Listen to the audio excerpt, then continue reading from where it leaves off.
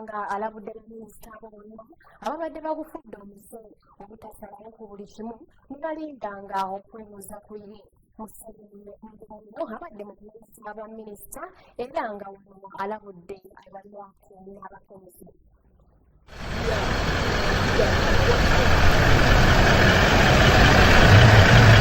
Encha ya leero baminisita abajja babukeereza nkokola okwolekera mu maka g'obwa Pulezidenti Entebbe balayizibwe nga baminisita abajjuvu. Omumyuka w'omukulembeze w'eggwanga Edward Kiwanuka Ssekandi yasoose okulayizibwa era n'aweera okuweereza obulungi ensi ye n'okukuuma ebyama by'eggwanga. Edward Kiwanuka Ssekandi swear in the name of the Almighty God that I will be faithful.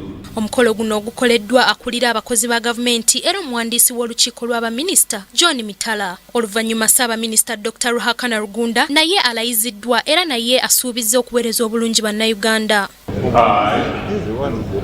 Ruhakana Rugunda swear in the name of the Almighty God that I will be faithful and bear true allegiance to the Republic of Uganda. Bano bwe bavuddeko baminisita abalala ne batandika nabo okulayizibwa ng'era wedda bawerekerwako abantu baabwe omuli abakyala n'abaana. In the name of the Almighty God that I will be faithful and bear true allegiance to the Republic of Uganda and that I will preserve, protect and defend the Constitution. So help me God. Aboludde oluvuganya gavumenti abakonodde agafa mu gavumenti eno nabo balayidde mu bano mubaddemu Betty Among ng'ono muna UPC yalondeddwa okubeera minisita w'ettaka amayumba wamu n'enkulaakulana y'ebibuga era nga yayise ne ssenkaggale wa UPC Jimmy Akena. Among Betty Among baminisita abalala nabo balayidde era ne basuubiza okuweereza obulungi eggwanga ne bannayuganda okutwaliza awamu. Nantaba Aida Arias, being appointed the Minister of Uganda, swear in the name of the Almighty God.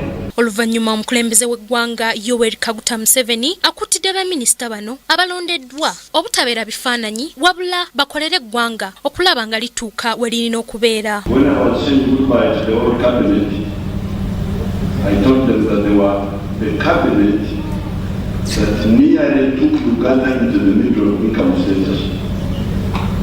They missed a little bit.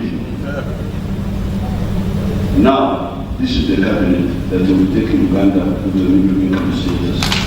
Museveni ategeezezza ng'ekiseera ky'obukenuzi bwe kiweddeko wabula kati kukola na kulaba ng'ebyobulimi bikulaakulana naddala mu nteekateeka eriwo eya wealth creation. Pulezidenti agamba nti bannayuganda balina okufuba okukola n'okulaba nga obutale bwa Uganda bujjulamu ebintu bya Uganda so si bya China. Baminisita bano 76 basooka kusunsulwamu palamenti era abalala 3 ne balemwa okuyita mu kakunguta ng'abayiseemu beebo abasobodde okulayizibwa mu maka g'obwa pulezidenti wabula omumyuka wa Ssaabaminisita asooka era amyuka akulira emirimu gya gavumenti mu palamenti General Moses Ali tasobodde kulayira olw'ensonga ezitali zimu naye nga kigambibwa nti abadde mukosefu. Eggulire lino likusakiddwa Tulyarugayo Stephen ku lwa Kingdom TV amalindirire.